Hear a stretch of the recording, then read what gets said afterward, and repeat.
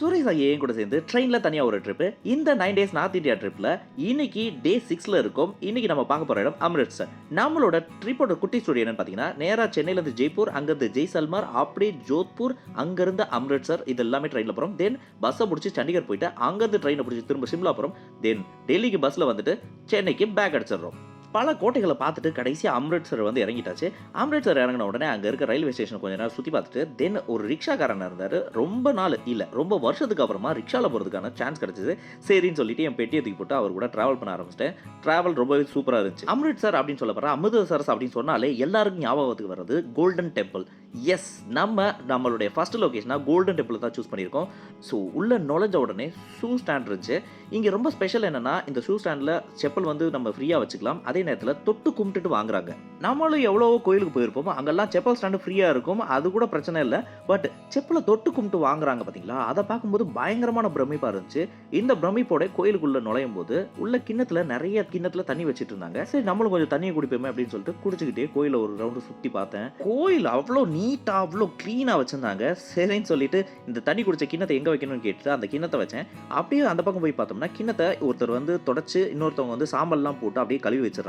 பாருங்க, ஜொலிக்குதேன்னு சொல்லிட்டு golden temple அப்படியே ஜொலிக்குதா அவங்க கண்ணு முன்னாடி. சரி, கோயிலுக்கு போகலாம் அப்படின்னு யோசிச்சுட்டு இருக்கும்போது ஒருத்தர் சொன்னார், அந்த பக்கம் சாப்பாடு போடுறாங்கப்பா அப்படின்னு சொன்னார். சோறா கோயிலான்னு பார்த்தா நமக்கு சோறு தான் முக்கியம். ஸோ எல்லா இடத்துக்கும் போகிறதுக்கு முன்னாடி வந்துட்டு காலை நம்ம கழுவுறதுக்கு வசதியாக வந்துட்டு என்ன பண்ணியிருக்காங்கன்னா, இந்த மாதிரியான சிஸ்டம் வச்சுருக்காங்க. ஸோ நம்ம எல்லா இடத்துக்குள்ளேயும், அதாவது கோயிலுக்கு மட்டும் இல்லை, நம்ம சாப்பிட போகிற இடத்துக்கு போகிறதுக்கு முன்னாடியும் கூட இந்த மாதிரியாக வந்து காலை வந்து எப்பயுமே சுத்தமாக வச்சுக்கணும். ஹைஜீனிக்கு அவ்வளோ இம்பார்ட்டன்ஸ் இருக்குது இந்த கோயில் ஃபுல்லாகவே வந்துட்டு. ஸோ எங்கே தட்டு வாங்குறதுன்னு சொல்லிட்டு ஓடி போய் ஒரு வழியாக தட்டை கேப்சர் பண்ணேன். தட்டை வாங்கினதுக்கு அப்புறம் பார்த்தீங்கன்னா, எங்கே சோறு அப்படின்னு கேட்க ஆரம்பிச்சேன். பொறுப்பா மேலே மாடிக்கு போப்பா, ஃபர்ஸ்ட் ஃப்ளோரில் இருக்குப்பா சாப்பாடு போகிற இடம் டைனிங் அப்படின்னாங்க. ஃபர்ஸ்ட் ஃப்ளோர் எங்கே இருக்குன்னு சொல்லிட்டு பாதையை கேட்டு வேகமாக ஓடிட்டு இருக்கும்போது தம்பி வழி மறித்து ஒரு கிண்ணத்தை கொடுத்து, இந்தாங்கண்ணே இதையும் எடுத்துகிட்டு போங்க, உங்களுக்கு தேவைப்படும்னு கொடுத்து அப்படி சாப்பிட போகிறதுக்கு முன்னாடி எப்படி குக் பண்ணுறாங்க அப்படின்னு பார்க்கலாமே அப்படின்னு சொல்லிட்டு அந்த இடத்த பார்க்கலான்னு போனேன். ஸோ இங்கே எல்லாருமே நம்ம பார்க்க முடியும் கண்டிப்பாக. இங்கே உட்காந்துருக்க எல்லாருமே வந்து பார்த்தீங்கன்னா டிவோட்டிஸ். இவங்க எல்லாமே வாலண்டியர்ஸ் பண்ணுறவங்க தான். இவங்க யாருமே இங்கே எம்ப்ளாயிஸ் அப்படின்லாம் கிடையாது. ஸோ இவங்க எல்லாரும் உட்காந்து மாவு தேய்ச்சி நமக்காக சூப்பராக வந்து சப்பாத்தி சுட்டு கொடுத்துட்ருக்காங்க. நாம் மேலே போய் சாப்பிட்றோம் இல்லையா, இந்த இடத்துக்கு பேர் ஹர்மந்திர் சாஹிப் காம்ப்ளெக்ஸ் அப்படின்னு சொல்கிறாங்க. இதை ரன் பண்ணுற கம்யூனிட்டிக்கு பேர் லங்கார் அப்படின்றாங்க. இவங்க தான் ரொம்ப வருஷமாக வந்துட்டு இந்த ஃப்ரீ கிச்சனையும் டைனிங் ஹாலையும் நடத்துகிறாங்க. ஸோ மேலே போய் உட்கார்றதுல ரொம்பவே முக்கியமான ஒரு விஷயம் என்ன அப்படின்னா, எல்லாருமே தரையில் தான் உட்காந்து சாப்பிடணும். இங்கே இவங்க தான் சாப்பிடணும் அப்படின்னு எந்த ரெஸ்ட்ரிக்ஷனுமே கிடையாது. அதே நேரத்தில் கீழே உட்கார்றதுனால எல்லாரும் சமம் அப்படின்றத உணர்த்துறதுக்கு தான். பாருங்களேன், எவ்வளோ அழகாக சூப்பராக தண்ணி ஊற்றிக்கிட்டு வராங்கன்னு. இருக்கிற சின்ன ஸ்பேஸை எவ்வளோ அழகாக வந்து ஹேண்டில் பண்ணணும் அப்படின்றது இங்கே பார்த்து கற்றுக்கணும். மெக்கானிக்கல் இன்ஜினியரிங் படித்த நமக்கே இவங்க வந்து பாடம் சொல்லி கொடுப்பாங்க போல இருக்கே. நானே சாப்பாடு வரலன்னு கடுப்பில் இருக்கேன், நீ வேறு வீடியோ எடுத்துக்கிட்டேன்ற மாதிரியே முறைச்சி பார்த்தாரு. பட் இந்த ஃபுட்டு வந்து ஃப்ரீ ஃபுட்டு ரொம்பவே சூப்பராக இருந்துச்சு. கண்டிப்பாக வந்து நீங்கள் எல்லாருமே டேஸ்ட் பண்ணி பார்க்கணும், சப்பாத்தி ரைஸ் அப்படின்னு சொல்லிட்டு. ஸோ சாப்பிட்டு முடிச்சதுக்கப்புறமா என்ன பண்ணோம்னா, பிளேட் எடுத்துகிட்டு போனோம். பிளேட் வாங்குறவங்களுமே பார்த்தீங்கன்னா கையெடுத்து கும்பிட்டு தான் பிளேட்டை வாங்கினாரு. இங்கே வாலண்டியர் பண்ணுற டிவோட்டிஸ் இருக்காங்க இல்லையா, அவங்க எவ்வளோ தூரத்துக்கு தாம் பண்ணுற வேலையை ரொம்பவே ஆத்மார்த்தமாக கடவுள் நம்பிக்கையோடு பண்ணுறாங்க அப்படின்றது தான் இந்த மாதிரியான கையெடுத்து கும்பிட்றது விஷயம் வந்து உணர்த்துது. ஸோ எகெயின் கையை கழுவிட்டு திரும்ப காலையும் கழுவிட்டு நாம் இப்போ கோயிலுக்குள்ளே என்ட்ராக போகிறோம். பொதுவாகவே சீக்கியர்கள் எப்பயுமே குருத்வார் அப்படின்னு சொல்லப்படுற கோயில் இருக்கு இல்லையா, அதை கெட்டினாங்க அப்படின்னா அவங்க மலைக்கு மேலே தான் கட்டியிருப்பாங்க. முதலாக வந்து தரைத்தளத்துலேருந்து கொஞ்சம் கீழே இருக்கிற டெம்பிள் அப்படின்னு பார்த்தீங்கன்னா இந்த கோல்டன் டெம்பிள் தான். சீக்கியர்களுடைய 4வது குருவான குரு ராம்தாஸ் தான் இந்த கோயிலை வந்து கட்டியிருக்காரு. தன்னுடைய 3வது குரு ஏற்படுத்தின ஒரு குளம் இருந்துச்சு. அந்த குளத்தை வந்து விரிவுபடுத்தி அதுக்கு நடுவில் வந்து கோயிலை வந்து இவர் பில்ட் பண்ணியிருக்கிறாரு. அந்த குளத்துக்கு வந்து பேர் வச்சிருக்காரு. அது பேர் தான் அமிர்தசரஸ். அப்படின்னா தமிழில் என்ன சொல்கிறாங்கன்னா, அழியா தேன் குளம் அப்படின்னு சொல்கிறாங்க. இந்த குளத்தை சுற்றி உருவான சின்ன இடங்கள்லாம் இருக்கு இல்லையா, அதுக்கு பேர் தான் ஹர்மந்திர் சாஹிப் அப்படின்னு சொல்கிறாங்க. அப்படின்னா என்ன அர்த்தம்னா, கடவுளின் இல்லம் அப்படின்னு அர்த்தமாமா. யப்பா, வேற லெவலில் இருந்துச்சுங்க இங்கே போய் சாமி கும்பிட்டு வரதேவும். குளத்தை எவ்வளோ சுத்தமாக வச்சுருக்கணுமோ அவ்வளோ சுத்தமாக வச்சுருந்தாங்க. பாருங்களேன், எவ்வளோ அழகாக வந்துட்டு சின்ன இலை, சின்ன பேப்பர், ஏதாவது சின்ன விஷயங்கள் இருந்தால் கூட வந்துட்டு அவ்வளோ அழகாக வந்துட்டு டெய்லி க்ளீன் பண்ணிக்கிட்டே இருக்கிறாங்க. மெயின்டெனன்ஸு வேறு லெவலில் வச்சுருக்காங்கன்னு தான் சொல்லுவோம் இந்த கோயில் ஃபுல்லாகவே வந்துட்டு. பாருங்களேன், நைட்டு 10 மணி ஆகுது, ஏதோ விழா கோலம் மாதிரி இருக்குது. ஈவன் வந்து நம்ம போனது ஒரு வீக் டேஸில் தான் போனோம். ஒரு வீக்கெண்டில் போயிருந்தா கூட சரி வீக்கெண்டு அப்படின்னு சொல்லலாம். ஒரு வேளை தீபாவளிக்கான கூட்டமாக இருக்குமோ அப்படின்னு விசாரித்து பார்த்த அளவுக்கு இல்லை, நார்மலாகவே எங்கள் ஊர் இப்படி தான் அப்படின்னு சொல்லி ரொம்ப பெருமையாக சொன்னாங்க. ரைட்டு, நமக்கு நல்ல கம்பெனி கிடைக்கும் போல இருக்குது நைட்டு ஊர் சுற்றுறதுக்கு அப்படின்னு சொல்லிட்டு நானும் விட்டுட்டேன்.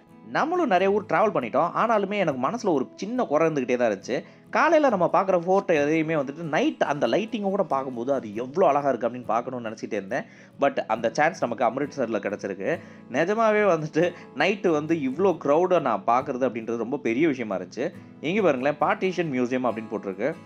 அங்கே உள்ளே போய் பார்க்கலாம். பாருங்கள் எவ்வளோ லைட் போட்டு வச்சுருக்கானுங்க அப்படின்ட்டு. இதுவுமே வந்து ஃபோட்டோகிராஃபிக்கு ரொம்பவே ஒரு சூப்பரான ஒரு இடமா இருக்கும் போல இருக்குது. பூரா பேரும் கேமராவை கையில் வச்சு ஃபோட்டோவை தட்டிகிட்டே இருக்கிறாங்க. வாங்க நம்மளும் போய் 4 ஃபோட்டோ எடுத்துகிட்டு வருவோம். ஹானஸ்டான ஒரு விஷயம் சொல்லணும் அப்படின்னு நான் ஆசைப்படுறேன். இந்த இடத்துல நாம் இது வரைக்கும் வந்த ட்ரிப்லேயே வந்துட்டு ரொம்பவே செம்ம நீட்டான ஊர் அப்படின்னு பார்த்தோம்னா அம்ரிட்சர் தான். பிகாஸ் இங்கே நீங்கள் பார்க்குற ரோட்ஸ்லேருந்து கோயிலேருந்து எல்லாமே அவ்வளோ நீட் அண்ட் க்ளீனாக வச்சுருக்காங்க. கண்டிப்பாக நீங்கள் ஃபேமிலியோட வந்து பார்க்க வேண்டிய ஒரு இடம், பார்க்கக்கூடிய ஒரு இடம். அவ்வளோ சூப்பராக இருக்குது இந்த கோயிலும் சரி. இங்கே உங்களுக்கு ரொம்பவே பட்ஜெட் ஃப்ரீயாகவும் இருக்கும். இப்போ தான் பட்ஜெட்டை பற்றி சொன்னேன். உள்ளே போய் பார்த்தா பீஸா கடை இருக்குது. இல்லைங்க, நாங்கள் பீஸாலாம் சாப்பிட்றதில்ல, ஒன்லி கம்மங்கூழ். ஸோ மியூசியம் எங்கடா அப்படின்னு கேட்டு பார்த்தோம்னா, இல்லை இப்போ மியூசியம்லாம் திறக்காது, காலையில் வாங்க அப்படின்னாங்க. சரி டாட்டான்னு சொல்லிட்டு திரும்ப வந்து கோயிலுக்கே கிளம்பி போயிட்டேன். ஸோ கோல்டன் டெம்பிளுடைய நைட் வியூ எப்படி இருக்குது அப்படின்னு பார்க்குறதுக்காக தான் இவ்வளோ கஷ்டப்பட்டு நம்ம வெயிட் பண்ணிகிட்டு இருந்தது. த வெயிட்டிங் வந்து ரொம்பவே ஒர்த்துன்னு சொல்லலாம். பிகாஸ் கோல்டன் டெம்பிளை நைட்டு பார்க்கும்போது உண்மையாகவே வந்துட்டு ஒரு மாதிரி வந்து சிலிர்க்குது அப்படின்னு சொல்லலாம். அந்த மாதிரியான ஒரு கூஸ் பம்ப் மூமெண்ட் தான் இங்கே இருந்துச்சு. அப்படி இந்த கோயிலுக்குள்ளே என்ன இருக்குது அப்படின்னு சொல்லி கேட்டிங்கன்னா, இவங்களுடைய புனித நூல் அப்படின்னு சொல்லப்படுற குரு கிரந்த் சாஹிப் அப்படின்ற ஆதி கிரந்தம் அப்படின்ற ஒரு நூல் வந்து இன்னுமே கோயிலுக்குள்ளே இருக்குது. ஃபஸ்ட்டு இந்த கோயிலை கட்டினது குரு அர்ஜன் தேவ். அதுக்கப்புறமா ஜசா சிங்ன்றவர் 1764 தான் கட்டியிருக்காரு. இப்போ நம்ம பார்த்துட்டு இருக்க இந்த கோயிலை வந்துட்டு ரஞ்சித் சிங்ன்ற ராஜா 90s இதுக்கு மேலே ஃபுல்லாக கோல்டை வச்சு கவர் பண்ணியிருக்காரு. சீக்கியர்களுடைய கட்டிடக்கலைக்கு இது ஒரு பெஸ்ட் எக்ஸாம்பிள் அப்படின்னு சொல்லலாம். அண்ட் இது கெட்ட ஆரம்பித்த டைம்னு பார்த்தீங்கன்னா 1585 வருஷத்தில் கெட்ட ஆரம்பிச்சிருக்கிறாங்க. கோயிலுக்கு பக்கத்தில் இன்னொரு இடம் இருக்கு இல்லையா, இதுக்கு பேர் தான் அகல் தக்த் அப்படின்னு சொல்கிறாங்க. இதுக்கு அர்த்தம் என்னன்னு கேட்டால் காலமற்ற சிம்மாசனம் அல்லது கடவுளின் சிம்மாசனம்ன்றாங்க. சீக்கியத்துடைய ஒரு அத்தாரிட்டி சென்டராகவே இது இயங்கிட்டு இருந்திருக்கு. அண்டு காண கண்கோடி வேணும் அப்படின்வாங்க இல்லையா, அந்த மாதிரி தான் இருந்துச்சு. நல்லபடியாக உள்ளே போய் சாமியை கும்பிட்டுட்டு வரும்போது ரொம்பவே மனசுக்கு திருப்தியாக இருந்தது. நான் காலையிலையும் கோயிலை பார்த்தது, நைட்டும் இந்த வியூவில் லைட்டிங்கோட பார்க்கும்போது அவ்வளோ சந்தோஷமாக இருந்துச்சு. வரும்போது தான் ஒரு விஷயத்தை நோட் பண்ணேன். ஒரு மரம் இருந்துச்சு. இந்த மரத்துக்கு ஏன் இவ்வளோ பாதுகாப்பு கொடுத்துருக்காங்க? இந்த மரத்தை சுற்றி அவ்வளோ பக்காவாக வந்து இது பண்ணி வச்சுருக்காங்க. ஒவ்வொரு பிரான்ச்சஸையும் ப்ராப்பராக வந்து, அதாவது அதை டேமேஜும் பண்ணிடக்கூடாது, அதே நேரத்தில் அதை பர்ஃபெக்டாக வந்து ஹோல்டு பண்ணி வைக்கணும். அதுக்கு கீழே வந்து ப்ராப்பரான ஷெட்டரும் கொடுக்கணும்னு சொல்லிட்டு அவ்வளோ சூப்பராக கன்ஸ்ட்ரக்ட் பண்ணியிருந்தாங்க இதை. ஸோ இது என்ன மரம் அப்படின்னு விசாரிக்கும் பொழுது தான் ஒரு டைம் குருநானக் வந்து ஒரு சின்ன பையனை பார்த்துருக்காரு. அவன் பேர் புரா. அவன் வந்து என்ன பண்ணியிருக்கான்னா, அவர்கிட்ட பயங்கரமான கொஸ்டின் தான் கேட்டிருக்கான். இவர் கேட்குற அந்த கேள்வி ஞானத்தை பார்த்து இவருக்கு புத்தான்னு பேர் வச்சிருக்காரு. ஸோ இவர் தான் வந்துட்டு குரு அர்ஜுன் இருக்கார் இல்லையா, அவர் ஆதி கிரந்தத்தை எழுதி முடிச்சதுக்கு அப்புறமா இங்கே இருந்த முதல் கிராந்தி அப்படின்றவர் குரு பாபா இந்த மரத்துக்கு கீழே தான் தங்கியிருக்காரு. குழி தோண்டும் போது சரி, டேங்க் கட்டும் போது சரி, ஹிஸ்ட்ரியை கேட்கும்போது சும்மா கிருகிருன்னு சுற்றிச்சு தலை. நாளைக்கு வாகா பார்டர் ட்ரிப்பில் ஏன் கூட ஜாயின் பண்ண ரெடியாக இருங்க. நண்பனின் குரலாய் நான் வசீகரன்.